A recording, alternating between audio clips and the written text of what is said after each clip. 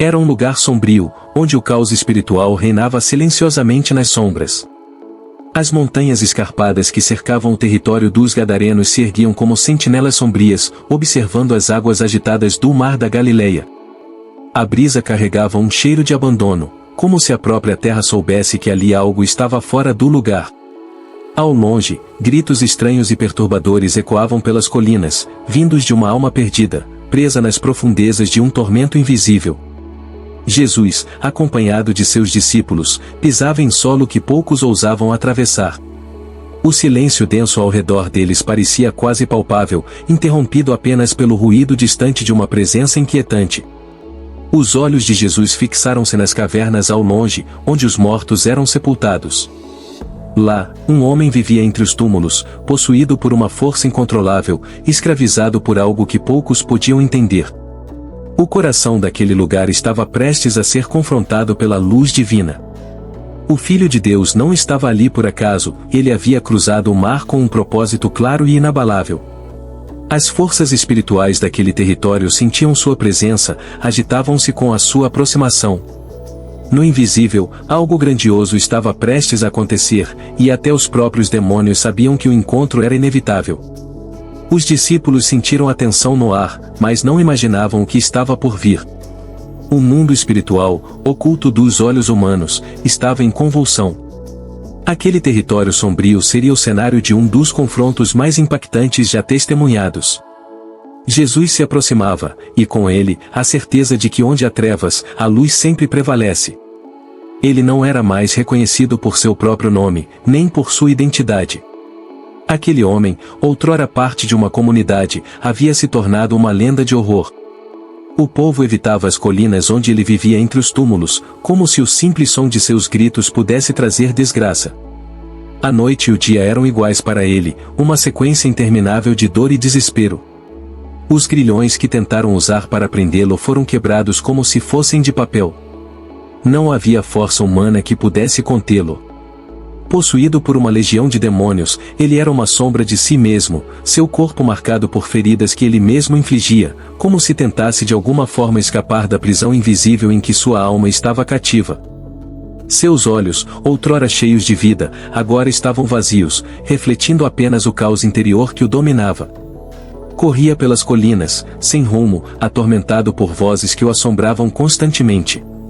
A cada grito, parecia que o próprio inferno se manifestava na terra. Os moradores da região evitavam até mencionar seu nome, como se sua memória carregasse um fardo muito pesado. O homem estava além da ajuda humana, além de qualquer compreensão mundana. Era como se ele já estivesse morto em vida, vivendo entre os túmulos, isolado e esquecido. Mas, naquele dia, algo diferente acontecia. Sem saber, o homem se aproximava do único poder capaz de libertá-lo. Jesus estava lá, e o confronto que mudaria tudo estava prestes a começar. As forças que dominavam aquele homem sentiam a aproximação da luz, e uma tensão inquietante começou a crescer. Aquele que parecia irremediavelmente perdido, prestes a se afundar ainda mais nas sombras, agora tinha uma chance. Mesmo que ele não pudesse pedir ajuda, a ajuda o encontraria. Então, no meio da agonia sem fim, algo aconteceu. O homem, que antes vagava sem rumo, foi tomado por uma força irresistível que o conduzia em direção ao Mestre. À distância, os discípulos mal podiam acreditar no que viam. A figura selvagem e destroçada que vivia entre os mortos estava agora correndo em direção a Jesus, mas não com ódio ou violência. Havia algo mais profundo acontecendo, uma batalha invisível entre as forças espirituais. As trevas que haviam escravizado aquele homem por tanto tempo estavam prestes a se curvar diante da luz. Quando o possuído finalmente chegou à presença de Jesus, não foi o homem que falou, mas as vozes que o atormentavam. Que temos nós contigo, Jesus, Filho do Deus Altíssimo? As palavras saíam de sua boca como um sussurro desesperado, uma mistura de medo e ira. Os demônios que o dominavam sabiam exatamente quem estava diante deles.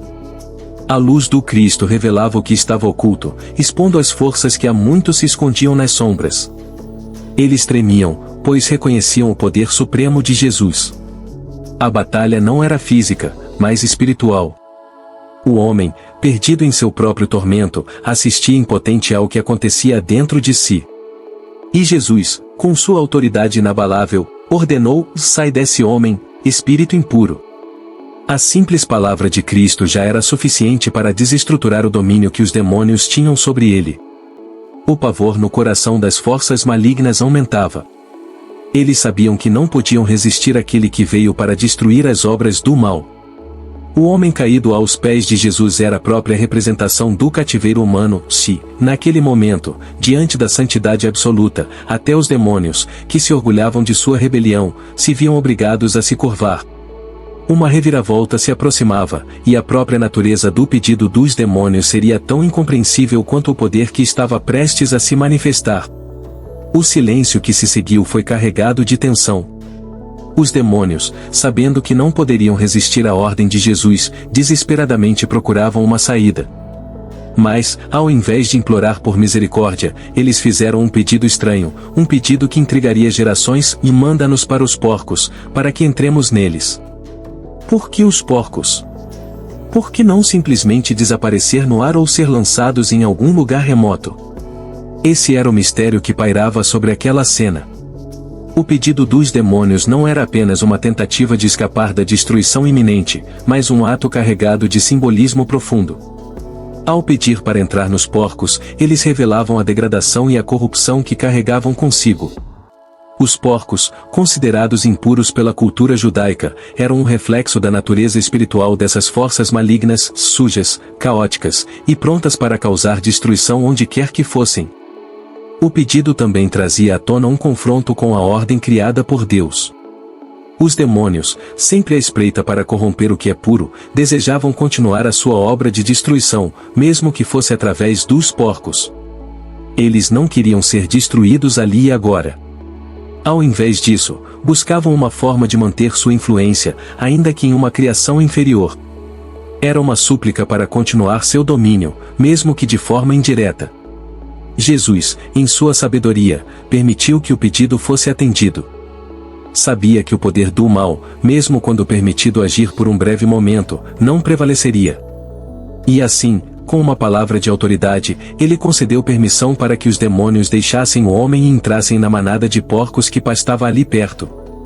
Mas o que aconteceu a seguir seria ainda mais surpreendente. Quando os demônios receberam a permissão de Jesus, um silêncio tenso caiu sobre o ambiente. Mas, num instante, algo terrível aconteceu. Assim que os espíritos impuros entraram nos porcos, uma agitação violenta tomou conta da manada. Os animais, antes pacíficos, foram tomados por um frenesi incontrolável. O cenário, que parecia calmo, rapidamente se transformou em caos. Em uma corrida desesperada, a manada inteira correu em direção ao precipício que dava para o mar. Um a um, os porcos despencaram pelas rochas, mergulhando nas águas turbulentas abaixo. O som dos corpos caindo e das ondas se chocando ecoou pela região, marcando o fim repentino e violento da presença maligna. Em poucos momentos, todos os porcos haviam desaparecido, tragados pelas profundezas do mar. Era como se as águas tivessem engolido o próprio mal, levando-o para longe. E então, houve paz. A atmosfera densa e opressiva que pairava sobre o local havia desaparecido. O homem, que até então estivera dominado por forças que ele não podia controlar, agora estava livre. Ele, que uma vez habitou entre os mortos, agora se encontrava de volta à vida. Suas mãos, antes feridas pelas correntes que ele próprio quebrava, agora estavam limpas. Seus olhos, que refletiam tormento, agora brilhavam com uma clareza renovada. A libertação completa havia chegado, não apenas para seu corpo, mas também para sua alma. As pessoas que assistiam à cena ficaram perplexas. Elas conheciam aquele homem, sabiam o quão atormentado ele fora, e agora viam diante de si o impossível, a libertação. Mas, ao invés de celebrarem o milagre, o medo tomou conta de seus corações. Não compreendiam o poder que acabavam de presenciar, e o que havia ocorrido com os porcos trouxe ainda mais perplexidade. E assim, enquanto o homem redescobria sua humanidade e sua liberdade, o povo da cidade se aproximava de Jesus com hesitação. Eles não sabiam como lidar com aquele poder. Era uma vitória espiritual de proporções imensas, mas também um evento que abalou profundamente suas crenças e medos. O homem possuído, agora liberto, queria seguir Jesus, queria fazer parte do propósito maior que ele vislumbrava. Mas o mestre, com sabedoria, deu-lhe uma missão diferente: volte para sua casa e conte a todos o que Deus fez por você. E assim, o homem partiu, não mais como uma figura de terror, mas como um testemunho vivo da compaixão e do poder transformador de Jesus.